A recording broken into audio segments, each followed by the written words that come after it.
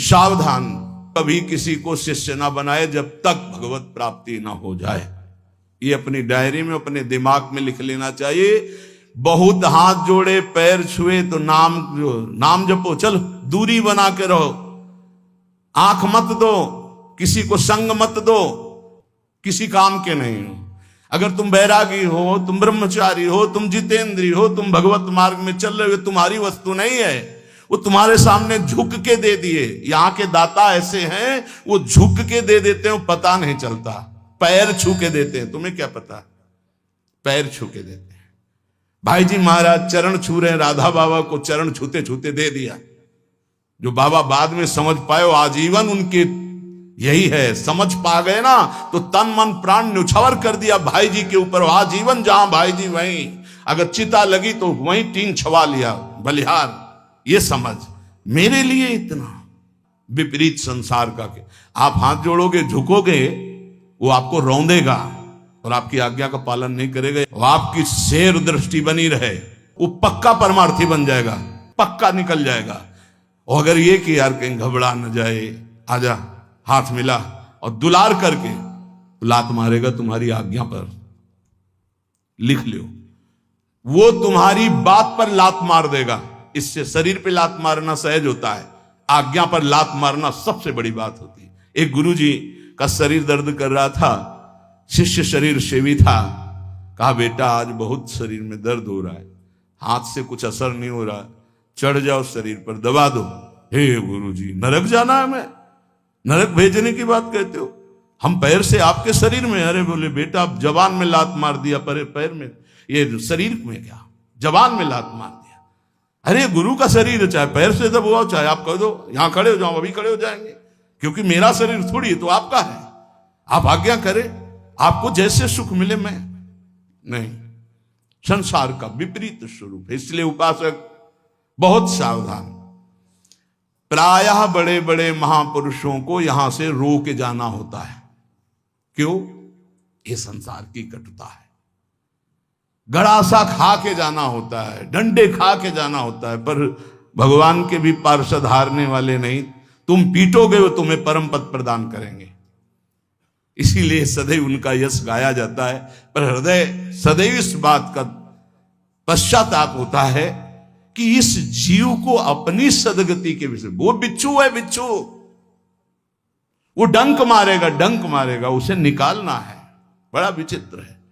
फिर ये लगता है कैसे कैसे जीव हैं, उनको सतमार्ग के लिए प्रेरित करो, उनको सतमार्ग की व्यवस्था करो, उनको सतमार्ग जीवन का जो धरोहर है दे दो, पर वो लात ही मारेंगे, वो अवहेलना ही करेंगे। कैसे कैसे कल्याण हो, कैसे परम मंगल हो, वो इस विचार में है, और उनको लगता है मैं कुछ हूं, इसी से पतन हो जाता है।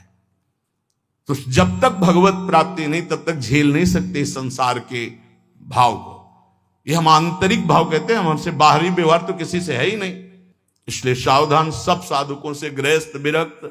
आपको अवसर मिला है नहीं, बाद में आप पछताओगे। अभी दुलार मिल रहा है, निकल चलो माया से। और अगर इस दुलार की अवहेलना की तो तिनकर काल रूप में भ्राता, कुष्मादपि कोमलानी, वज्रादपि कठोराणी। ये शब्द याद रखना। अगर आज्ञा का पालन करते हो तो कुसुम से भी कोमल है हमारी सरकार, और यदि उल्लंघन करोगे तो उनके प्रीतम तिनकर काल रूप में भ्राता, तो वज्रादपि कठोराणी। फिर कह रहे हैं करुणानिधि हैं, पर की बात कहा वो सुनत नहीं। वो फिर नहीं सुनते, फिर नहीं सुनते। ध्यान रखना, अभी अवसर उन्होंने ही दिया है, संत समागम का अवसर प्रभु ने दिया है। जब द्रवई दीन दयालु राघव तो साधु संगति पाइए, बढ़िया अवसर है, निकल चलो। कथा, चर्चा, सत्संग, ये सिर्फ आपके लिए हो रहा है, ध्यान रखना। आज अवसर है, निकल चलो, हमारी बात मान लो, प्रार्थना मान लो। गुरु परोसता है सच्चिदानंद नाम, सच्चिदानंद रूप, सच्चिदानंद लीला, सच्चिदानंद धाम। क्या पसंद करोगे? इसी भांड को पसंद करोगे। ये मलमूत्र बनाने की फैक्ट्री है, चाहे जितना बढ़िया जूस डालो, चाहे जितनी बढ़िया सामग्री डालो, 6 घंटे में दुर्गंध युक्त। इससे प्यार, उसी दुर्गंध द्वार से निकले हैं, उसी मलमूत्र के भांड में पले हैं और फिर उसी में पैदा होने के लिए आचरण कर रहे हैं, फिर उसी गर्भ में जाएं, फिर उसी मलमूत्र के बीच में रहें। कैसी विवेक बुद्धि है।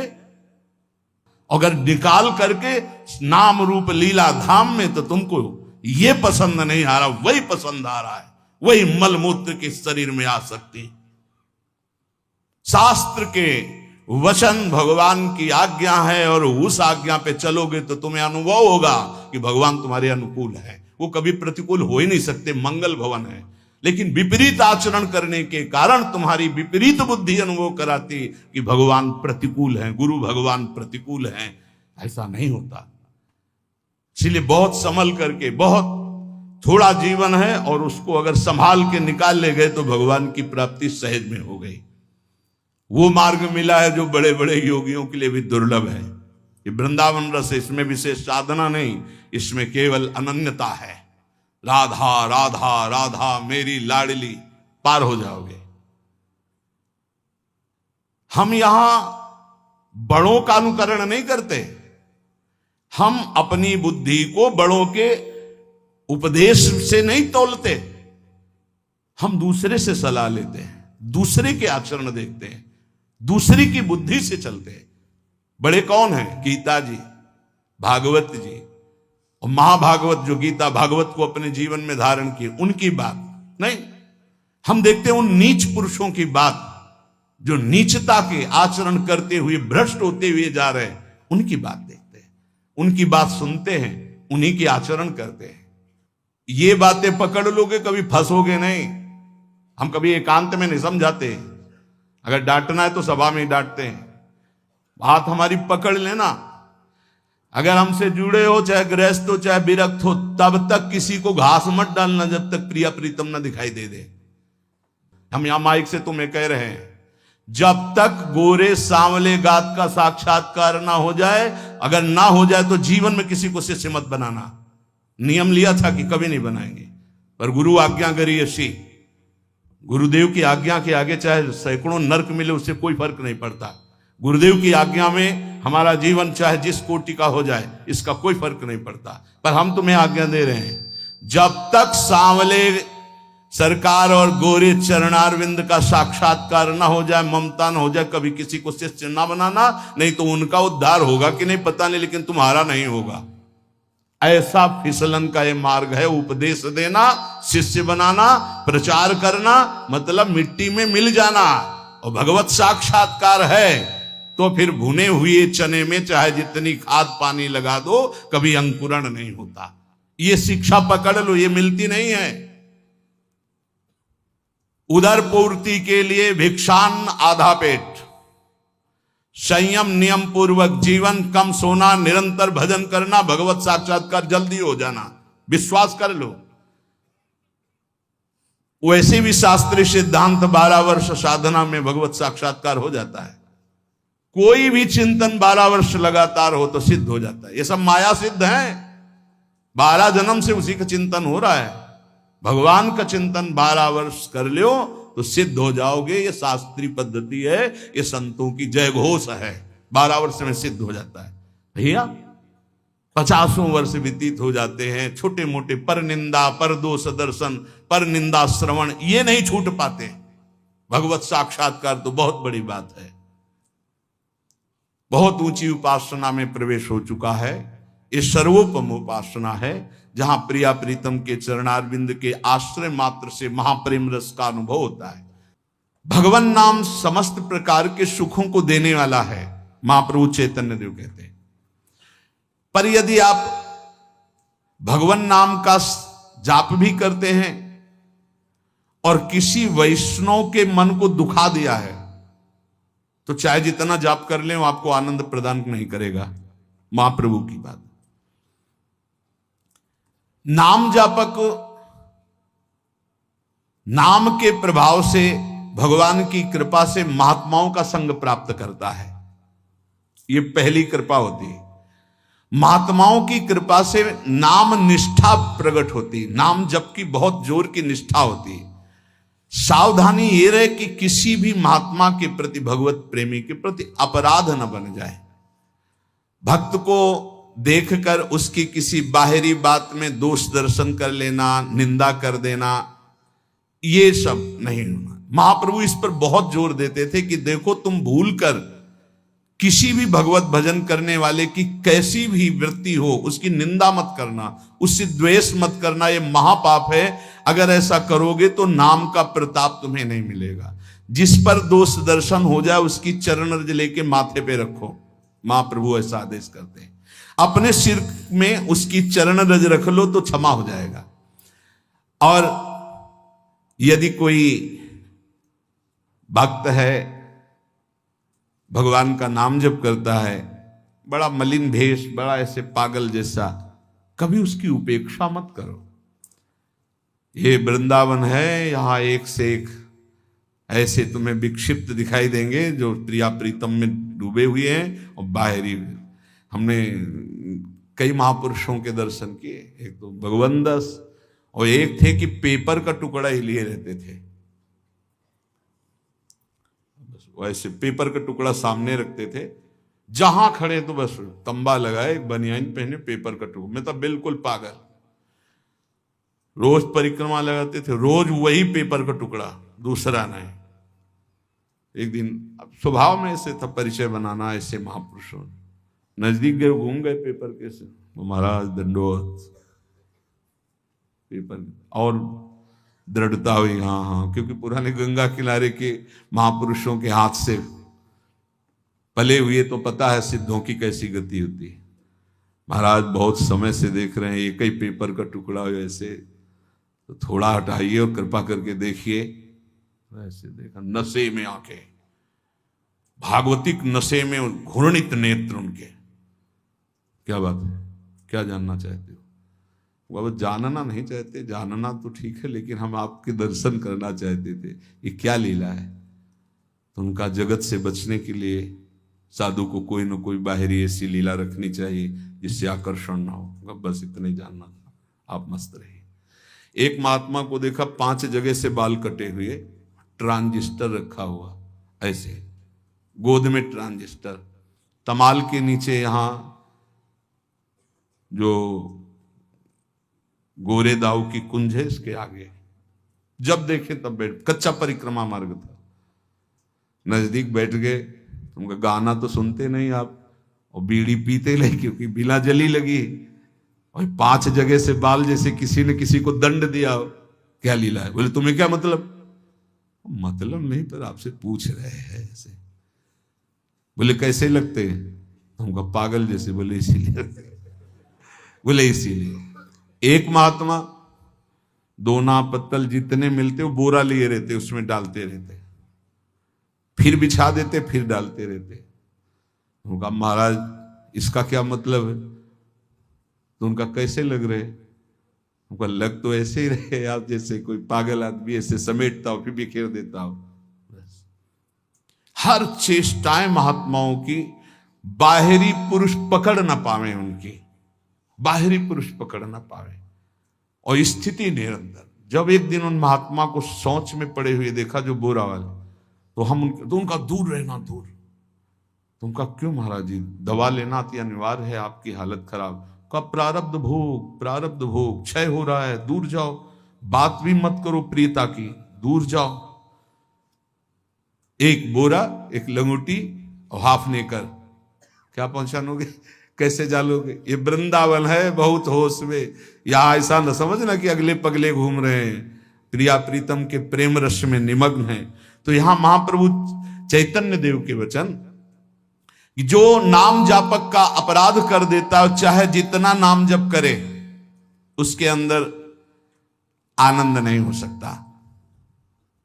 अभेद भक्ति कोई निषेध नहीं है, शास्त्र सम्मत है, क्योंकि समुद्र ही तरंगायमान हुआ है, कोई दूसरा तो है नहीं। पर तरंग में इतनी सामर्थ्य नहीं कि वो समुद्र प्रकट कर दे, समुद्र में ऐसी सामर्थ्य करोड़ों तरंग प्रकट कर दे। तो समुद्र है श्री कृष्ण और तरंग है सब ब्रह्म ऋषि। वो प्रभु का चिंतन करके, जैसे भक्ति सूत्र में लिखा हुआ है, देवर्षि नारद जी ने कहा है, तस्मित तज्जने भेदा भावा। भगवान और भगवान के भक्त में अभेद हो जाता है, अर्थात जो भगवान वही भक्त हो जाता है। जानत तुम्हें तुम्हें हो जाए, सिद्धांत सिद्धांत है। ब्रह्मविद ब्रह्म भी भवति, वेदांत दर्शन में है। पर यह नहीं हुआ कि तरंग समुद्र को प्रकट कर दे, ऐसा नहीं हो सकता। समुद्र में प्रकट हुई और समुद्र में लय हो गई तो अब समुद्र हो गई वो, पर तरंग की सत्ता नहीं कि वो समुद्र प्रकट कर दे। समुद्र में ऐसी लाखों तरंगें होती, ऐसा महाप्रभु चैतन्य देव ने बताया कि भगवान शंकराचार्य जी ने ही ये लिखा है। तो उनका ये तो आचार्य का विनोद है। अच्छा, ये आचार्य का विनोद है, और ये आचार्य का विनोद नहीं है जो आप निर्विशेष ब्रह्म की बात कर रहे हैं। भगवान, फिर मैं अपनी बात को दोहराता हूं कि ये संसार से जो बहुत बुद्धिमान हैं, उनकी बुद्धि को घिसने के लिए ये बना हुआ है वेदांत, घिस घिस के सूक्ष्म करने के लिए। और जिस समय वो थक जाएंगे तो फिर हरिश शरणम ही निकलेगा, हरिश शरणम। सन्यासी जन जानते हो क्या? ओम नमो नारायणाय, ओंकार स्वरूप भगवान नारायण को नमस्कार है, तो बोलेंगे नारायणाय नारायणाय नारायण। आप देखो ना, भगवान की शरण में हो जाना, भगवान का नाम लेना, ये सब महाज्ञानियों में है, पाया गया। हृदय की शांति देखो, सामने श्री प्रबोधानंद जी जो प्रकाशानंद जी के रूप में, उनसे कह रहे हैं हृदय की शांति हुई। श्रद्धावान लभते ज्ञानम तत्परासेन्द्रिया ज्ञानम लब्ध्वा परम शांति मचरेणादि गच्छति। परम ज्ञानी हो क्या शांति हुई आपको? ये तर्क, ये वितर्क, ये निंदा, ये स्तुति शांति के लक्षण हैं। क्या आप सब कुछ भूलकर कभी अपने में स्थित हुए भगवान शंकराचार्य जी की भांति? अब सभा में जब महाप्रभु बोल रहे तो तुम्हें हम सुनाते हैं भगवान शंकराचार्य जी ने क्या कहा। मत्स्यादि भीरवतारवतारवता सदा वसुधाम परमेश्वर परिपाल्यो भवता भवताप भीतो हम। आद्य गुरु भगवान शंकराचार्य जी बोल रहे हैं कि आप जैसे मत्स्यादि अवतार धारण करके पृथ्वी की रक्षा करते हैं, भक्तों की रक्षा करते हैं, तो हे श्री कृष्ण, संसार ताप से संतप्त हुआ मैं आपकी शरण में आया हूं। आप सच्चे हृदय से मैं कह रहा हूं कि मेरी रक्षा कर लीजिए। ये क्या है? प्रकाशानंद जी ने कहा कि यथार्थ में तो आप कुछ भी कहें, लेकिन जगत असत्य है और जीव ब्रह्म है। जो लोग ये नहीं समझते हैं वो अज्ञानी हैं, ये भगवान शंकराचार्य जी ने कहा है। ये प्रार्थना, ये विनय तो व्यवहारिक है आचार्य की। जीव का परम लक्ष्य है मोक्ष प्राप्त हो जाना। प्रकाशानंद जी, अज्ञान का नाश होकर ब्रह्म स्वरूप में स्थित हो जाना, यही परम लक्ष्य है। प्रभु ने हाथ जोड़कर कहा, महाप्रभु चैतन्य देव, आप ज्ञानी हैं, आप पंडित हैं, आप शास्त्रज्ञ हैं, आप गुरु पद पे बैठे हैं, भला आपके सामने मैं क्या बोलूं? किंतु मैं फिर कहूंगा, मैं तर्क की बात नहीं कह रहा, हृदय की बात कह रहा हूं। विचारों को परिष्कृत कर लीजिए, चाहे आत्म प्रेम हो या श्री कृष्ण प्रेम हो, तभी विश्वास, तभी श्रद्धा, तभी साधना सार्थक। कि आपको आत्म प्रेम हुआ? यदि आत्म प्रेम होता तो आत्मा के सिवा और कौन है? किससे तर्क कर रहे हो? किसकी निंदा की अभी तक? क्या रति की उपलब्धि हुई? आत्मरति? अब भी मान जाओ, प्रेम ही चरम लक्ष्य है। ये वाणी का विषय नहीं है, ये हृदय से होता है। और आपका हृदय अभी आवरण से युक्त है, हम के आवरण से। डॉक्टर के सामने बैठे हो, क्या चलेगा? आप अपने को सिद्ध मानते हैं कि आप प्रेम सिद्धि मिली, जो स्वतः सिद्ध वस्तु है, क्या आपके अंदर जागृत हुई? क्या वो साधनों से प्राप्त होती है या कृपा से? और यदि कृपा से, तो फिर ये तर्क वितर्क मस्तिष्क प्रधान ये क्यों?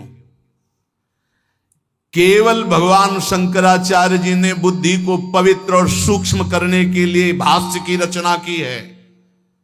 हृदय तो उनका किस प्रेम में स्थित है आपने देखा है। श्री प्रकाशानंद जी से चैतन्य महाप्रभु कहते हैं, आपको हम बता रहे हैं भगवान शंकराचार्य जी क्या कह रहे हैं। काम्योपासनयार्थयन्त्यनुदिनं किंचित फलम स्वेप्सितम केचिद स्वर्गमथापवर्गमपरे योगादि यज्ञादिभिः अस्माकं यदुनंदनाघ्रियुगल ध्यानावधानार्थिनां किम लोकेन दमेन किम नृपतिना स्वर्गापवर्गैश्च किम। प्रबोध सुधाकर नामक ग्रंथ में आद्य गुरु भगवान शंकराचार्य जी कह रहे, बहुत लोग प्रतिदिन अनेक कामनाओं की प्राप्ति के लिए उपासना करते हैं और मनोवांछित फल पाते हैं। कुछ लोग यज्ञ आदि तपस्या के द्वारा स्वर्ग की प्राप्ति चाहते हैं। बहुत लोग योग आदि ज्ञान के द्वारा मुक्ति की चाह करते हैं। किंतु हमें तो नंदनंदन श्री कृष्ण के पादारविंद के ध्यान में तत्परता पूर्वक संलग्न रहने से जो प्रेम सुख मिलता वो किसी में नहीं है। हमें उत्तम लोकों से क्या, हमें नृपति से क्या, हमें इंद्र पद से क्या, हमें मोक्ष पद से क्या। हम तो सांवले अरुण तलवे में, सांवले सरकार के अरुण तलवे में अपने चित्त को लगाकर परमानंद में मगन है। अब आप इसको क्या कहेंगे जो भगवान शंकराचार्य जी कह रहे हैं।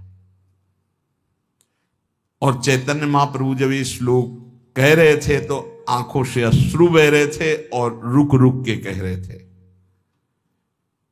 ये दृश्य और ये श्लोक सुनकर पसीना पसीना हो गए प्रकाशानंद जी। और महाप्रभु तो हा कृष्ण भावावेश एकदम आ गया। उनके निज जन थे, कोई सभा में अब हिम्मत नहीं कि एक शब्द बोल सके। प्रकाशानंद जी पसीना पसीना हो रहे, आश्चर्यचकित हो रहे। अब उठे और जो उनको पंखा डुलाया जा रहा था उससे पंखा लिया और महाप्रभु के स्वयं से ये सब सन्यासी देखकर आश्चर्यचकित हुए कि जो परास्त्र करने के लिए तर्क कर रहे थे वही सेवा में। सभी सन्यासी प्रकाशानंद जी की ये दशा देख करके आश्चर्यचकित हो गए। इतना कट्टर सन्यासी वेदांती और सेवक थे, कह देते हवा करो, लेकिन पंखा ले लिया और स्वयं महाप्रभु चैतन्य देव के जे ही वो हवा कर रहे थे तो जो महाराष्ट्री ब्राह्मण महाप्रभु से नाचने लगे, हरि हरि हरि श्री हरि। बड़ी कृपा हो गई, कृपा हो गई, क्योंकि निंदा करते थे, आज पंखा कर रहे हैं। प्रकाशानंद जी के अंदर मन में आता, अरे चरण पकड़ ले, चरण पकड़ ले। साक्षात प्रेमावतार श्री कृष्ण ही सन्यासी रूप में है, तू इनके चरण पकड़ ले, क्षमा मांग ले। इनको निंदा की है, इनको कटुवचन बोला है, किंतु अब भी प्रतिष्ठा का थोड़ा काफी तो हट गया, क्योंकि स्वयं पंखा कर रहे, पर चरण पकड़ने की हिम्मत नहीं हुई। हृदय से बार बार चरणों की तरफ देखते मन आता कि दौड़ के लौट जाऊं, पर फिर शिष्य है ना, बहुत ही प्रतिष्ठा बहुत ही खतरनाक होती है। तो बड़ी कृपा है बड़े महापुरुष की कि इतना बड़ा किला प्रतिष्ठा का टूट गया नहीं, बहुत बड़ा आवरण है। लोक लज्जावश समाज के बस चरण तो नहीं पकड़ पाए, पर हृदय टूट गया। महाप्रभु कृष्ण कृष्ण कृष्ण, फिर बाह्य शुद्ध हुई और हाथ जोड़ा और एकदम खड़े हो गए और वहां से चल पड़े। प्रकाशानंद जी थोड़ी देर बाहर तक छोड़ने गए और चरण चिन्हों को देखते रहे। और जब सब सन्यासी इधर उधर हुई तो चरण रज लेके कि अब इससे तो वंचित ना हो, चरण रज जेव ही लगाई, बांध टूट गया। अंदर गए और कमरा बंद कर लिया मठ का। और रोने लगे कि हे श्री कृष्ण, हम पर कब कृपा होगी, ये कब हमारा ज्ञानाभिमान प्रतिष्ठा, कब हमारी ये नष्ट होगी। प्रभु मुझे निकालो इस प्रतिष्ठा और ज्ञानाभिमान से।